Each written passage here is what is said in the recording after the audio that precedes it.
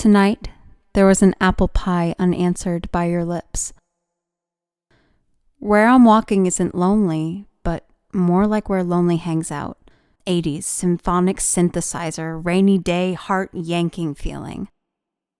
When I wrap you around me like a blanket, the cool night, frogs peeping, water lapping, colorless leaves dancing, grass whispering, vast endless solitude, soprano moon will shatter, cease to exist.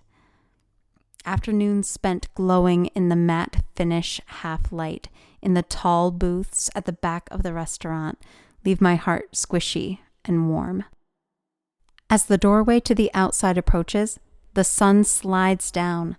So does the light that peeled open my chest like a tiger lily on an August noon, pistol and stamen tucked away to walk the catwalk another day.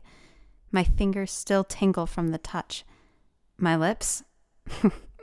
Forget about it. Those were the sunny days of my life. Candlelight flickers on the table. Come make romance in my ambiance. The music's melodies chime, weave, float through the air.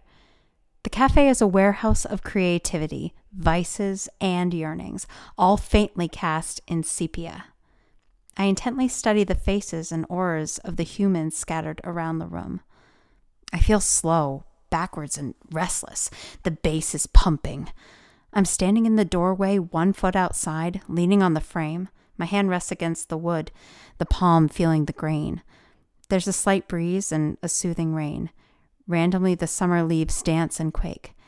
I stare not past the drifting smoke, but into it. It always seems like threads of ghost hair, but tonight, I can see that it is hitched up minuscule opaque diamonds, which drift on the breeze mindlessly. Or does it dance with a will of its own? The chorus hits like a wall of cats, resonates straight to the middle of my chest and shakes my soul. The chatter throughout the cafe has me feeling like a black sheep. The emotions and subject matter tattoo the word pariah on my forehead. I must be feverish. I don't belong here.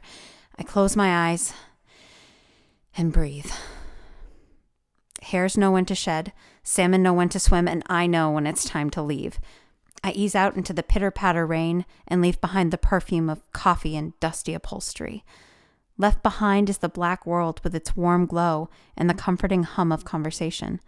Now, surrounded by the unknown, I stride briskly on through shadow and patchy fog, past echoless brick walls and still windows, on into the world of gray. With the rain abated, I unstoop my shoulders and neck. Gazing up, I see the night sky is still too overcast to locate the North Star, but I know where I'm going. I reflect that recently my being feels like it is between seasons. This metamorphosis is a welcome change. I gaze up. The half moon hides behind floating, jagged gray-blue clouds. I reach a hand up and exhale. It starts at my fingertips and slowly works its way down until my being is completely transformed. A wisp of smoke floats up, a gentle shadow bending into the night. For a time I prowl the rooftops, but soon something summons me to open windows among the many buildings. The first room I enter, I hear moaning and laughing and see bodies writhing.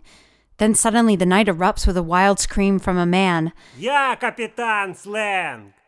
On closer inspection, I see he's with 2 naked women doing things for private pink eyes only. I flee in haste. The next window I enter shows me a middle-aged woman sitting, back straight, staring at the wall, face lit up in horror, mouth open in a soundless scream. I want to reach out to her to calm her, but I know it's of no use, and again I leave. I enter many windows, and although the scenes vary greatly from house to house, one thing is grossly apparent. The scenes are of the apparitions, the truth beings of the sleeping individuals.